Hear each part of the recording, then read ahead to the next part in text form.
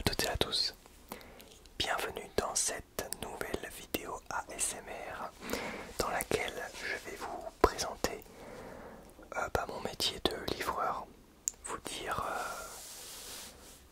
un peu ma routine en tant que livreur, pourquoi est-ce que je suis livreur, depuis quand est-ce que je suis livreur et qu'est-ce qui me plaît dans ce taf là. Donc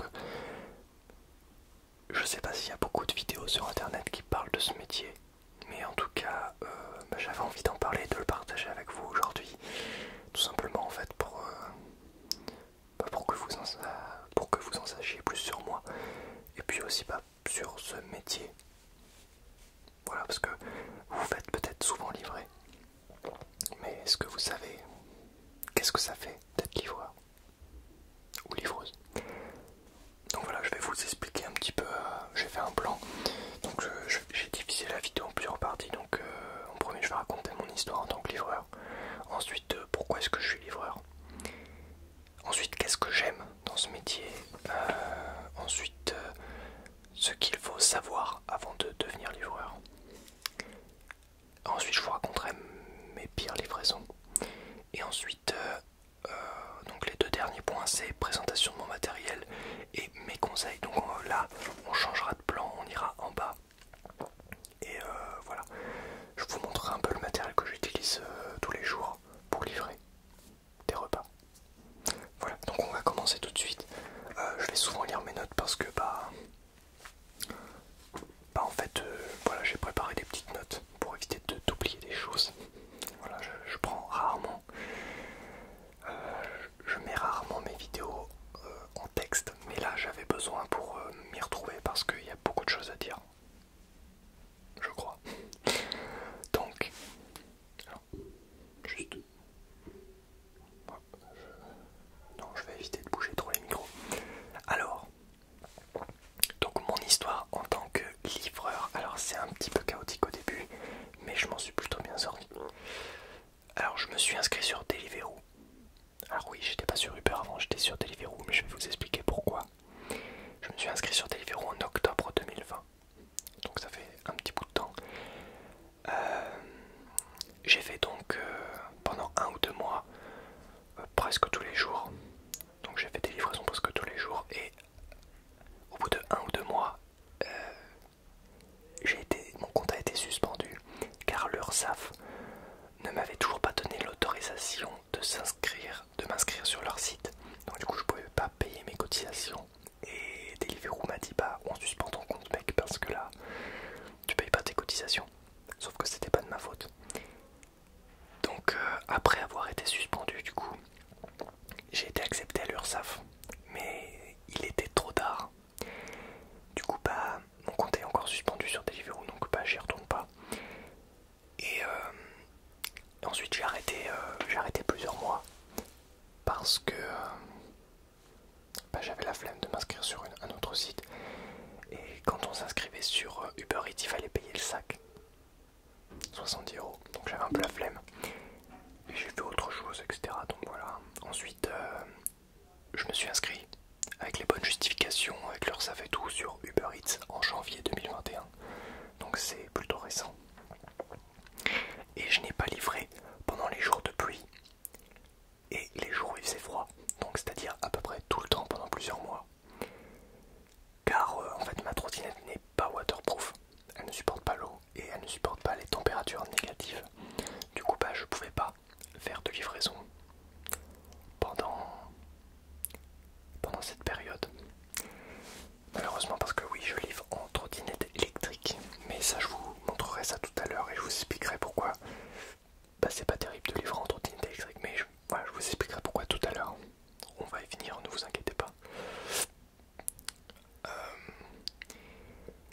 Donc j'ai recommencé environ il y a 1 mois et demi, tout doucement, et maintenant depuis quelques semaines j'y vais presque tous les jours. Parce que j'ai envie de faire un peu plus de sous, donc puis même j'aime ça, donc je le fais vraiment tous les jours. Et je vous expliquerai pourquoi tout à l'heure, dans 2 points. Donc voilà, on passe à la deuxième partie. Pourquoi est-ce que je suis livreur? Alors premier point, c'est que en fait j'ai des revenus plutôt faibles avec le service civique. Et YouTube ne me paye pas, enfin je gagne presque pas d'argent avec YouTube. Donc je voulais un complément de revenu. Et ce que j'ai trouvé pour avoir un complément de revenu, c'est s'inscrire en tant que livreur indépendant sur Uber Eats. Voilà. Enfin, au début c'était Deliveroo, maintenant c'est Uber Eats. Deuxième point, depuis que j'ai une voiture, j'ai un budget essence qui s'est rajouté. Et du coup je dépense un peu plus. Logiquement j'ai besoin d'un peu plus d'argent, mais je survivais très bien avec mon salaire de service civique. Parce que je suis quelqu'un qui ne dépense rien du tout. Mais le problème, c'est, voilà, le point suivant, c'est que j'arrivais pas à mettre de côté, vu que en fait j'avais un salaire qui me permettait juste de subvenir à mes besoins, mais je pouvais pas en avoir un peu plus pour mettre de côté, et ça c'est pas cool. Donc du coup je voulais un petit supplément, voilà, tout simplement. Voilà. Ensuite, ce que j'aime dans le métier de livreur, alors j'aime plein de trucs en fait. Ça paraît être un taf de merde, mais en fait moi j'aime plutôt bien ça en fait. Je suis bizarre, mais c'est comme ça. Je vais vous expliquer pourquoi. Le fait de galérer à obtenir des courses et de rentrer épuisé à la fin de chaque service. En fait j'arrive mieux à dormir en étant HS, si vous préférez. Et si je suis pas épuisé, je dors pas, ou peu, ou très mal. Donc voilà, en fait quand je rentre le soir, qu'il fait nuit et tout, que je suis épuisé, parce que oui c'est un taf qui épuise, je dors bien, on va dire. Voilà. Donc point suivant, lorsque je suis perdu très loin de chez moi la nuit et que je n'ai plus de batterie, j'aime bien en fait cette sensation de devoir me démerder avec mes propres moyens en fait. Ça fait un peu appel à l'instinct de survie et j'aime bien ça, le fait de se recentrer sur les choses simples. Ça rajoute un challenge et on apprécie mieux d'être chez soi après. Parce qu'en fait, quand tu te retrouves très loin de chez toi et que tu as froid et que tu n'as plus de batterie, alors, bon, quand tu as un vélo, logiquement, t'as pas besoin de batterie. Mais moi, je suis en trottinette électrique. Donc en fait, j'aime bien cette sensation de dire, faut que je rentre par mes propres moyens, il faut que je me débrouille. Et en fait, ça fait un peu appel à mon instinct de survie et je kiffe ça. En même temps, j'aime pas ça et en même temps, j'aime bien. J'aime surtout la sensation que ça fait quand tu rentres chez toi et que tu te retrouves au chaud et tout. Bon, faut aimer, c'est très spécial comme sensation. Après, je suis de ce genre de personne qui accepte n'importe quelle commande, même si c'est loin. Donc aussi, je me fous un peu dans la merde, mais ça, c'est mon choix. Ensuite, ce qui me plaît aussi, c'est de sortir sans pression après le couvre-feu et de me promener en visitant des endroits dont j'ignorais l'existence avant en fait. Donc en fait faire des livraisons ça fait visiter des endroits que tu connaissais pas. Donc en fait voilà, j'aime bien me promener, prendre l'air et surtout après le couvre-feu je peux sortir au calme en fait.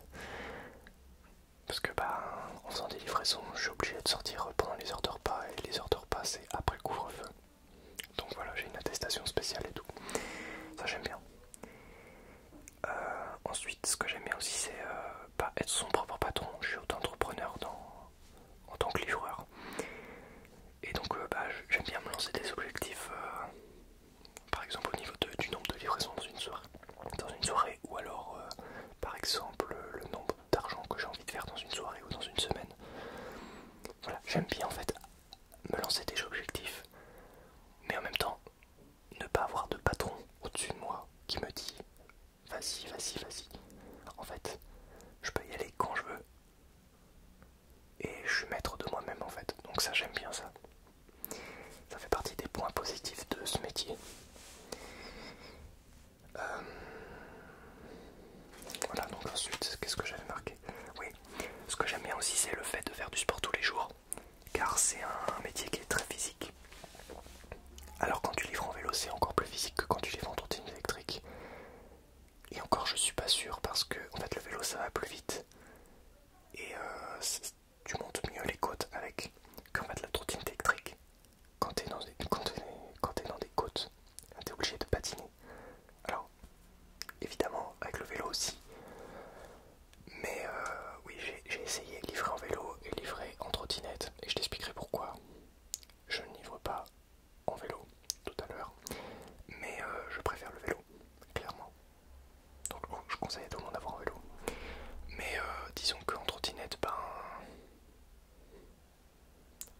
faire du sport, en fait tu dois patiner, patiner, patiner.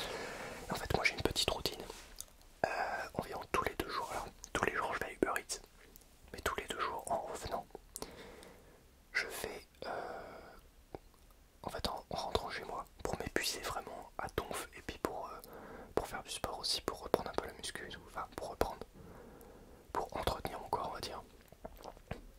Donc là, ça m'a bien usé mes jambes on va dire. Et tous les 2 jours en rentrant, je fais 4 séries de 10 tractions et 4 séries de 20 pompes surélevées. Donc avec un ballon de sport en fait, un ballon de gym, je surélève mes jambes et je fais des pompes comme ça.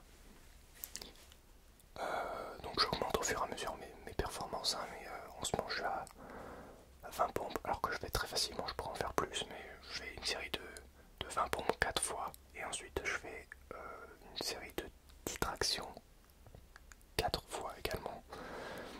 Je vais bientôt monter à 15 tractions peut-être, je ne sais pas.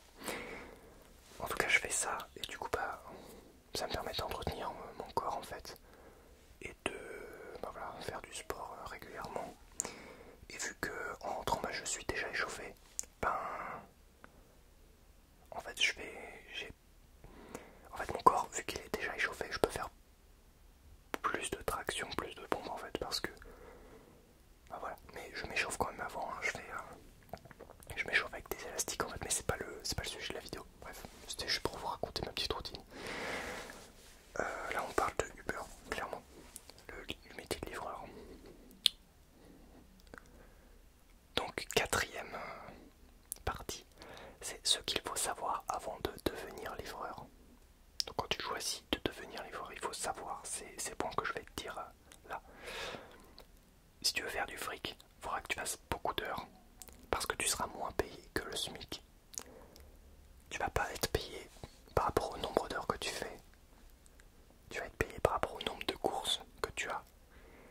Et parfois tu gagneras un truc assez correct, mais des fois tu gagneras presque rien. Donc il faut t'attendre à faire beaucoup d'heures pour gagner pas grand chose. Mais bon, si tu ne fais pas d'heures, tu fais pas d'argent. Donc voilà, c'est un cercle vicieux après, mais il faut aimer ce genre de truc, de se donner déjà des challenges et puis parfois de revenir un peu bredouille quoi. Parfois bah, tu reviens presque sans argent, avec pas beaucoup d'argent, mais bon, en ce moment ça marche plutôt bien, mais voilà. Deuxième point, tu vas te douiller parce que...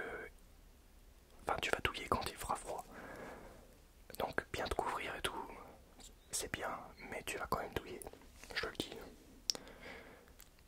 Si t'as un loyer à payer, faudra faire autre chose à côté parce que vivre de Uber, c'est presque pas possible. Je dis pas que c'est impossible, mais mec ou meuf, c'est trop épuisant. Je sais pas si c'est possible de vivre, j'ai jamais réussi en tout cas. Je pense que le max ce serait de faire 500 € par mois, mais faut être motivé. Si t'aimes pas être épuisé, bah ça va pas te plaire, clairement, parce que c'est un truc qui épuise. Clairement, c'est très épuisant, donc voilà, si t'aimes pas le fait d'être épuisé, c'est mort, ne le fais pas. Si t'es impatient aussi, enfin, si tu n'es pas patient, tu vas pas tenir longtemps, parce que bah, en fait, le nombre de commandes que t'as, ça dépend vraiment du nombre de personnes qui ont envie de bouffer. Donc s'il y a personne qui a envie de bouffer, t'auras pas de commande et tu devras attendre. Et ça, si t'es pas patient, bah ça va pas te plaire parce que en fait le but c'est... Ça demande beaucoup de patience. Voilà, c'est tout. Donc si t'es pas patient, ça va pas le faire. Et dernier point, tu vas devoir monter des côtes. Voilà, si t'es en vélo, et bah dis-toi que tu vas devoir monter des côtes plusieurs fois dans une même soirée ou un même créneau horaire. Parce que tu vas devoir descendre, chercher les commandes, puis ensuite monter. Enfin, je sais pas, si tu vas en campagne ou quoi, monter une côte, aller livrer en haut, puis redescendre, puis remonter, puis ensuite aller dans une côte plate, puis remonter, puis c'est très très sportif. Donc voilà, si t'es pas sportif, c'est mort. Enfin,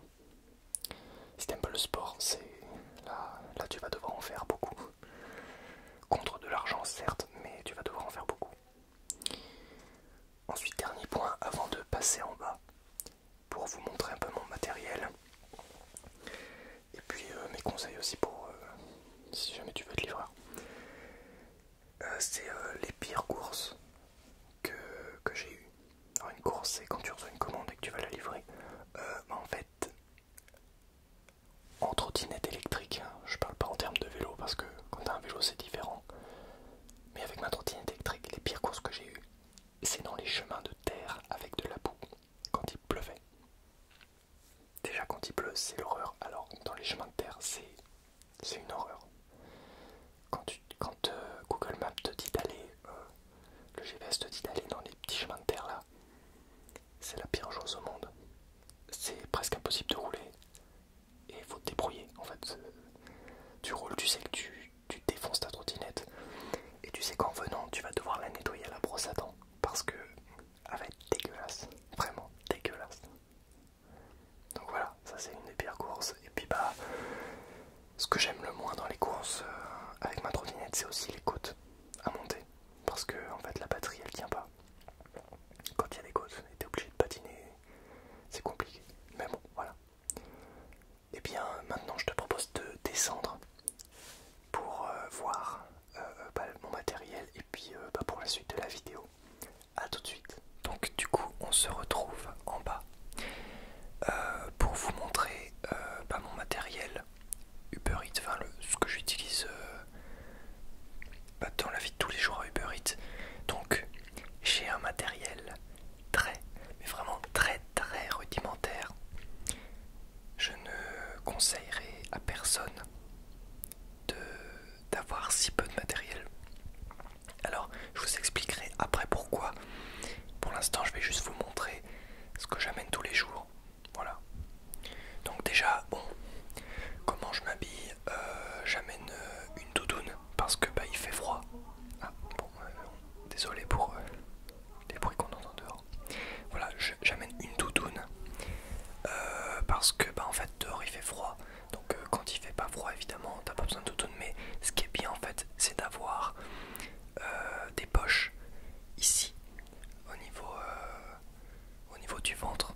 C'est plus facile pour retirer le téléphone, regarder le GPS, ranger le téléphone. Tac, c'est plus facile d'accès. Alors après aussi, ce que j'utilise, bon alors là, il est en train de sécher donc je peux pas vous le montrer. Je vous montrerai voilà ce que j'ai en face de moi tout à l'heure, mais là je vous explique vite fait ce que j'amène en termes de vêtements. C'est en fait un bleu de travail en fait. En fait ce qui est bien dans le bleu de travail c'est que les poches sont pratiques et on peut mettre le téléphone dedans, l'enlever, le remettre, et on peut mettre plein de trucs dans ses poches. Donc voilà, si t'as des trucs à emmener, genre un porte-monnaie et tout, c'est vachement pratique et puis t'es beaucoup plus à l'aise dedans. Donc voilà, je te conseille de prendre un bleu de travail, c'est plus confortable qu'un jean par exemple. Enfin en tout cas un slim. Au niveau des chaussures, je prends des chaussures de randonnée, donc n'importe quelle chaussure de randonnée, je trouve que c'est beaucoup plus confortable que des chaussures normales parce que en fait la semelle est beaucoup plus grosse et ça maintient bien le pied. Donc à Decathlon tu peux trouver des chaussures de randonnée pour pas trop cher et franchement c'était un très bon investissement. Donc moi c'est parce que je fais de la randonnée, donc évidemment j'ai des chaussures de randonnée, mais je les utilise également pour bosser et franchement c'est de la bonne qualité, ça marche bien, elles sont étanches et tout, donc c'est cool. Ensuite du coup j'ai mon sac Uber Eats. Voilà, donc le sac Uber Eats, en fait, faut le payer 70 €. Donc autant te dire que c'est pas... Au début c'est pas très rentable de faire Uber Eats, enfin livreur en fait, parce que tu dois acheter le sac. Quand je faisais Deliveroo, j'avais pas besoin d'acheter le sac, ils le donnaient directement. Mais bon, je t'expliquais tout à l'heure ce qui s'était passé avec Deliveroo, donc j'ai dû acheter un sac à 70 € pour pouvoir faire des livraisons. Donc après je crois que si tu achètes un sac isotherme sur internet moins cher, je crois que si tu leur envoies une photo c'est possible. En fait ils te disent ok t'as un sac isotherme aux normes donc tu peux livrer. Mais je suis pas sûr de moi, donc moi j'ai préféré la sécurité et prendre un sac isotherme Uber Eats. Même si j'avais déjà un sac Deliveroo mais ça marchait pas du coup vu que logiquement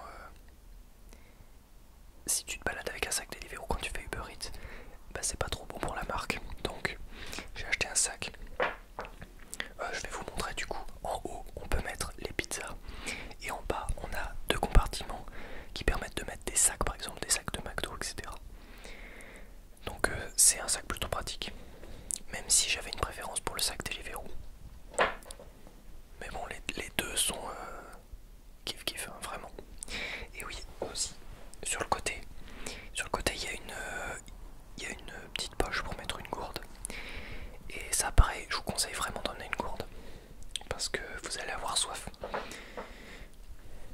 J'ai également ma trottinette électrique. Donc, ma trottinette électrique est une Urban Glide. Il y a Boost dans le modèle. Donc, je vais vous la soulever. Voilà. Je viens de me niquer le bras à faire ça, elle est ultra lourde. Donc, une Urban Glide Ultra Boost, je crois que ça s'appelle. Conseil, ne pas livrer tout simplement avec une trottinette. Moi c'est parce que j'ai que ça. Et c'est aussi parce que en fait mon vélo il n'a ni frein ni lumière. Enfin il y a des freins qui déconnent et il n'y a pas de lumière dessus. Donc en fait je livre avec ça parce que dessus il y a des freins, des lumières, donc, et il y a un phare et tout. Donc quand je me promène la nuit en fait c'est pratique. Donc voilà, elle va à 25 km/h, mais en fait je vous conseille, si jamais vous avez une trottinette électrique qui est uniquement électrique et vous pouvez pas, genre un vélo électrique tu peux pédaler, mais là la trottinette électrique bah tu peux pas du tout, tu peux rien faire. Donc en fait ce que je vous conseille c'est de vous mettre en vitesse 2 au lieu d'en vitesse 3. Alors vous roulez à 17 km/h mais vous usez moins de batterie et du coup ça vous tient plus longtemps, et c'est ce que je fais. C'est pour ça que en fait je mets du temps à livrer les choses, parce que je ne vais pas très vite. Je vais à 17 km/h comme je l'ai dit.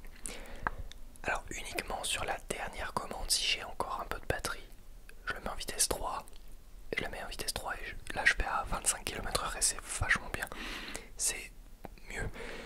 Sauf que en fait je peux pas me mettre à cette vitesse là dans les côtes, parce que la batterie elle descend très vite.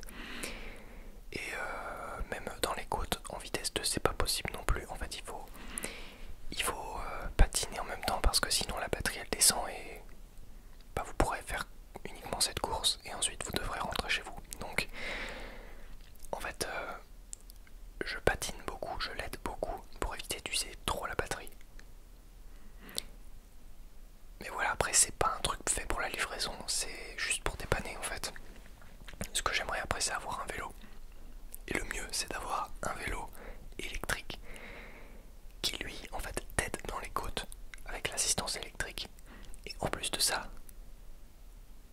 si t'as plus de batterie, tu peux pédaler. Mais là c'est pas le cas. Du coup voilà, trottinette électrique, c'est ce que j'utilise, mais c'est pas ce que je préconise. Voilà. Hier j'ai dû, alors où je tourne cette vidéo, j'ai dû livrer en vélo. Et comment vous dire que du coup mon vélo n'a pas de frein et n'a pas de lumière. Donc c'était extrêmement pas bien en fait. Mais j'ai remarqué quand même que c'était beaucoup plus pratique de livrer en vélo. Ça va plus vite et on n'a pas le problème de la batterie. En fait la seule batterie qu'on a c'est nous. Et tant qu'on a de l'énergie, on peut rouler. Et ça c'est cool. Voilà, le problème c'est juste que pendant les descentes, je pouvais pas freiner. Donc c'était hyper galère. Et du coup j'étais obligé de garder le frein à fond pendant les descentes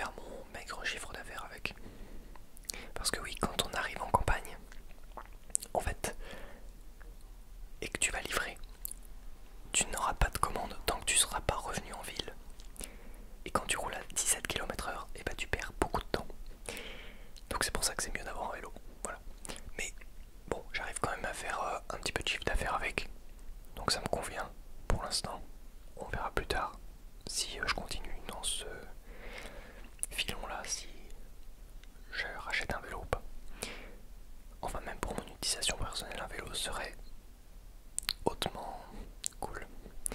Alors après on peut aussi faire les livraisons scooter, mais ça je n'y connais rien donc je vais pas me lancer là-dessus. Voilà. Donc matériel très rudimentaire. Lorsque je vais vous expliquer du coup pourquoi est-ce que je vous conseille d'autres trucs. Je vais vous conseiller d'autres. Je vais chercher ma fiche. Alors j'avais noté. Donc en premier lieu, le conseil que je pourrais vous donner. Donc mes conseils: avoir un vélo, de préférence électrique, mais un bon vélo déjà c'est très bien. Voilà, car l'autonomie d'une trottinette est très restreinte et de ce fait on ne peut pas faire beaucoup de courses. Il faut vite rentrer parce que quand on n'a plus de batterie, bah on n'a plus de batterie, il faut rentrer parce que sinon on se retrouve à devoir patiner jusqu'à chez soi. Et ça m'est déjà arrivé et je peux vous dire que c'est pas la joie. Quand on est surtout à plus de 5 km de chez soi. Ah là là, les belles soirées que j'ai passées. Acheter un support de téléphone également. Ça c'est le deuxième conseil que je pourrais vous donner. Ce que je ne fais pas du tout. Parce qu'en fait je suis un crevard et j'aime pas dépenser. Du coup j'achète rien. Mais ce que je pourrais vous conseiller c'est d'acheter un support de téléphone pour votre vélo. Alors déjà, moi je peux pas mettre de support sur ma trottinette parce que bah, enfin je pourrais peut-être avoir, mais il faudrait que j'en teste un. En fait mon guidon est trop petit et là il n'y a pas assez d'espace de barre pour fixer un support. Donc après peut-être prendre un support au niveau du bras ou je sais pas. Mais autant vous dire que le fait de sortir son téléphone et du coup de conduire à une main et d'avoir l'accélération qui est obstruée du coup. Enfin en fait on peut... C'est plutôt l'autre main, attendez. En fait le frein est de ce côté là et l'accélération est de ce côté là. Sur cette trottinette électrique en fait j'accélère pendant 10 secondes et quand je lâche il y a un régulateur de vitesse. Donc ça accélère tout seul. Et quand ça accélère tout seul ça me permet de regarder le GPS avec ma main et de conduire de l'autre main. Donc c'est assez dangereux. Voilà, bon, on s'y habitue avec le temps. Mais franchement, ça serait beaucoup plus pratique si j'avais un support de téléphone qui me permettrait juste de voir où je vais, etc. Parce que là, je suis obligé de regarder, de mémoriser le chemin, de le faire, de m'arrêter, de regarder, de mémoriser le chemin, de refaire. Et sur la route en même temps, de regarder le chemin jusqu'à temps que j'arrive chez la personne et tout. C'est hyper compliqué. Donc voilà, je conseille vraiment d'avoir un support téléphone. C'est un des trucs les plus importants que je n'ai pas. Et que peut-être je vais investir bientôt. Mais bon, on n'en est pas encore là. Un support de téléphone ensuite. Ce que je pourrais vous conseiller, c'est de ne pas trop attendre dehors en fait. Parce que lorsque vous n'avez pas de livraison, vous allez devoir attendre. Et ça c'est hyper chiant. Parce que bah, quand on attend on n'a rien. Et on attend dehors sans rien faire. Et quand il fait froid, c'est hyper chiant. Et puis en plus vous perdez du temps personnel parce que bah, vous faites rien. Et vous pourriez faire autre chose. Donc mon conseil, en fait ce que j'ai déjà testé, c'est avant de partir, genre une heure avant, vous vous connectez sur Uber Eats de chez vous et vous faites autre chose pendant que c'est connecté. Dès que vous recevez une commande, vous cliquez sur accepter et vous partez. Ça vous évitera d'attendre en fait. D'attendre d'avoir une commande dehors. Alors ça arrive une fois sur deux, hein, parce que quand vous restez une heure connecté et qu'il n'y a rien, et bah au moins vous aurez essayé. Mais il faut aussi habiter proche des restaurants, parce que si vous habitez en campagne, vous n'aurez pas de commande. Donc si vous avez rien au bout d'une heure, et bah vous partez en ville et vous attendez. Voilà, vous le faites. Et bon, en général vous avez des commandes, mais ça dépend des fois. Des fois vous aurez rien, et bah faudra se contenter de ça et soit attendre encore, ce que je vous conseille pas trop, soit vous déplacer dans la ville pour voir s'il n'y a pas d'autres commandes ailleurs. Et s'il n'y a pas d'autres commandes ailleurs, vous rentrez chez vous. Franchement, il n'y a pas de temps à perdre. Si vous n'avez pas de commande au bout de environ une heure, vous partez. Alors moi, des fois, je reste un peu. Mais voilà, je vous conseille surtout de vous déplacer dans la ville pour voir s'il n'y a pas d'autres commandes ailleurs.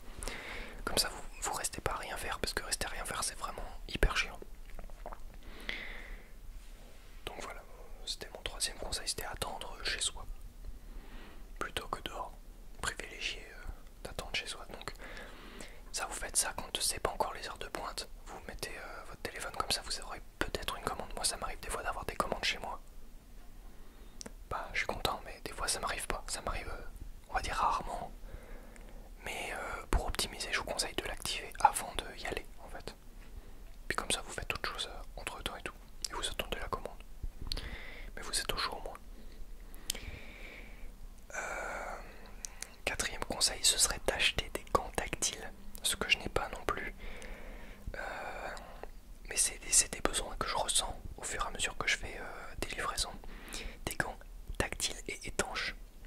Quand il fait froid, parce que en fait vos mains elles vont prendre cher à cause du froid.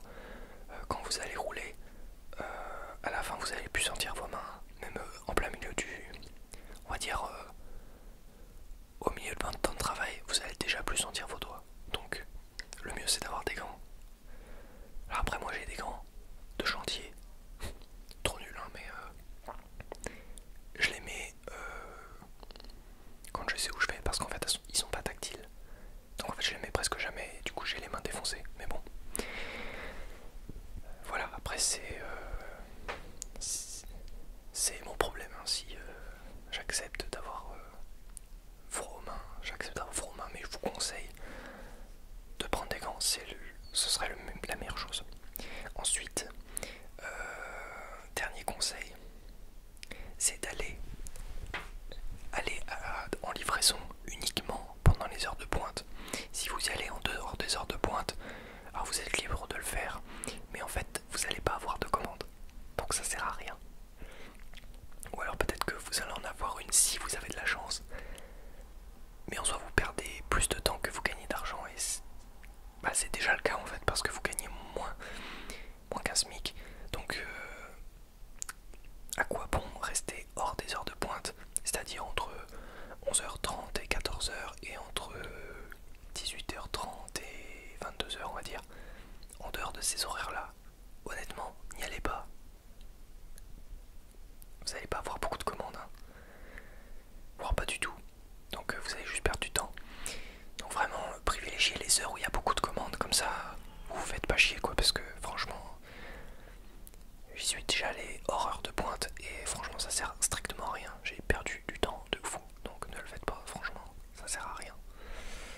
Sauf si vous n'avez que ça à faire. Et dans ce cas là, c'est votre problème. Voilà. J'ai terminé pour cette petite vidéo ASMR un peu spéciale où je présente un petit peu le taf que je fais en ce moment. Merci d'avoir visionné cette vidéo. Voilà, j'espère que ça t'en a appris plus sur le métier de livreur Uber Eats. Ou c'est pareil pour les autres livreurs, hein, livreurs Deliveroo, tout ça, c'est la même chose, hein, c'est les mêmes galères. Voilà, merci d'avoir visionné cette vidéo. Mets un pouce bleu si elle t'a plu, mets un commentaire si t'as quelque chose à dire, et